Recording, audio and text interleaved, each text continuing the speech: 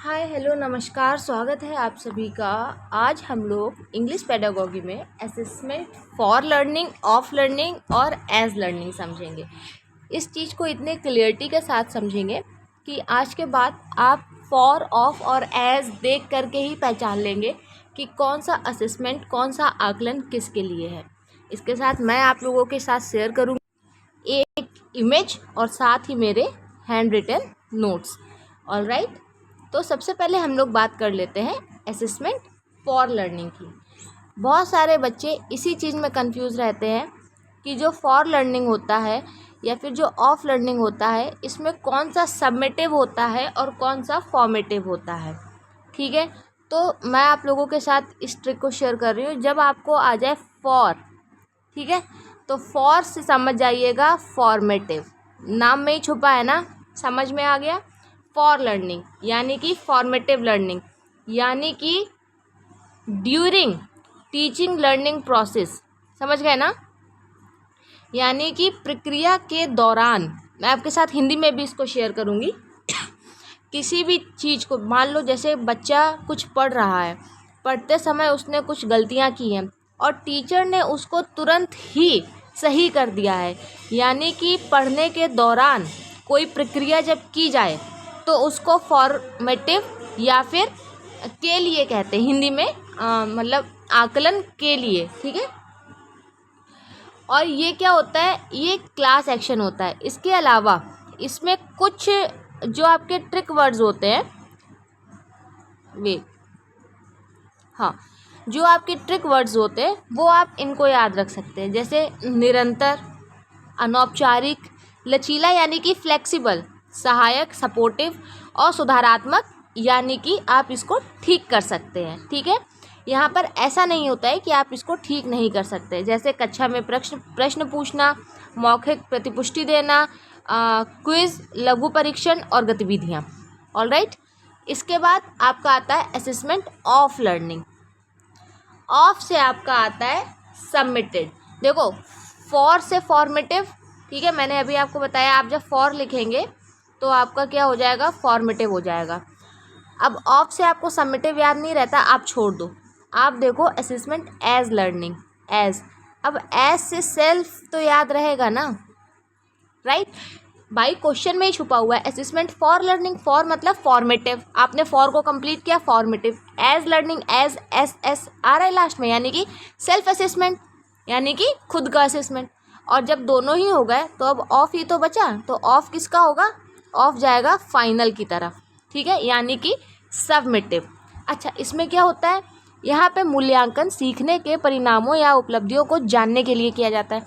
क्योंकि जैसे अब ये फाइनल है, फाइनल, और इसका नाम भी सबमिटिव है, तो आप क्या कर रहे हो कि आपने जो कुछ भी सीखा है, जो कुछ भी आया, अब आपको वो जानना है। जैसे कि आप जब फाइनल ईयर के अपने एग्ज़ाम्स दे देते हैं तो आपके जो अंक, ग्रेड आता है, ठीक है, वो होता है जैसे जो आपका बिल्कुल प्रक्रिया के अंत में होता है। ठीक है, इसके लिए आप कुछ ट्रिक शब्द याद रखेंगे, जैसे वार्षिक परीक्षा, यूनिट टेस्ट, बोर्ड परीक्षा, मतलब जो बिल्कुल फाइनल है। इस और कीवर्ड्स याद रखेंगे, जैसे औपचारिक, संचरित, अंतिम, तुलनात्मक, इसको कंपैरिजन भी कर सकते हैं इसमें, ठीक है, और निर्णयात्मक। देखो, दोनों के, फॉर के और ऑफ के, दोनों के ही ट्रिक वर्ड्स अलग अलग हैं, तो जिन बच्चों को हिंदी वाली समस्या है ना, वो भी बहुत अच्छे से समझ सकते हैं। और जब बात आ जाएगी एज की, यानी कि जब बात आ जाएगी सेल्फ की, तो आप क्या करेंगे, सेल्फ डाउन, यानी कि आप खुद का प्रक्रिया करेंगे। छात्र अपना इसमें स्वयं देखता है, जैसे कि नहीं कहते स्वपाठी आकलन। ऑलराइट, जैसे इसके आप वर्ड याद रखेंगे, आत्मचिंतनात्मक, सक्रिय, सहभागी और स्वनियमित। अब देखो, इसमें भी लगभग 4 शब्द हैं, इसमें भी 4-5 हैं, और सेम इसमें। बस आप ये शब्द को याद रख लेंगे, आपके दिमाग में इसकी ये इमेज बन जाएगी। अगर इतनी, तो आपको क्वेश्चन इंग्लिश में पढ़ना है, हिंदी में देखना है, आप जहाँ भी अपने कीवर्ड को मतलब हाईलाइट कर लेंगे, आप तुरंत समझ जाएंगे कि इसमें कौन सा असेसमेंट की बात की गई है। मैं अपने हैंडमेड नोट्स की अगर बात कर लूँ, तो फॉर से फॉर्मेटिव, एस से सेल्फ और ऑफ से सबमिट। बस मैंने तो इतना ही लिखा है अपने हैंडमेड नोट्स में, और इतने में ही मुझे याद है। ठीक है, हिंदी की बात कर लूँ तो जैसे अभी मैंने कहा, ये हिंदी पेडागोगी का नोट है, बट मैं आप लोगों को बताती हूँ कि अधिगम, के लिए आकलन यानी कि फॉर लर्निंग, तो फॉर लर्निंग कैसा है, रचनात्मक है और प्रक्रिया के दौरान आयोजित किया जाता है। आप हिंदी और इंग्लिश में पढ़ेंगे, ड्यूरिंग प्रोसेस लिख के आ रहा है या फिर हिंदी में आ रहा है प्रक्रिया के दौरान, तो आप समझ जाएंगे कि यही आपका है, ठीक है। और ये कुछ कीवर्ड्स हैं, आप इनको देखना चाहें, जैसा मैं अपने हैशटैग में कहती हूँ कि आप लोगों को थंबनेल में बताती हूँ कि आप लोगों को कीवर्ड्स के थ्रू मैं बताऊँगी। तो इससे क्या होता है ना, इससे क्वेश्चन समझने में बहुत आसानी रहती है।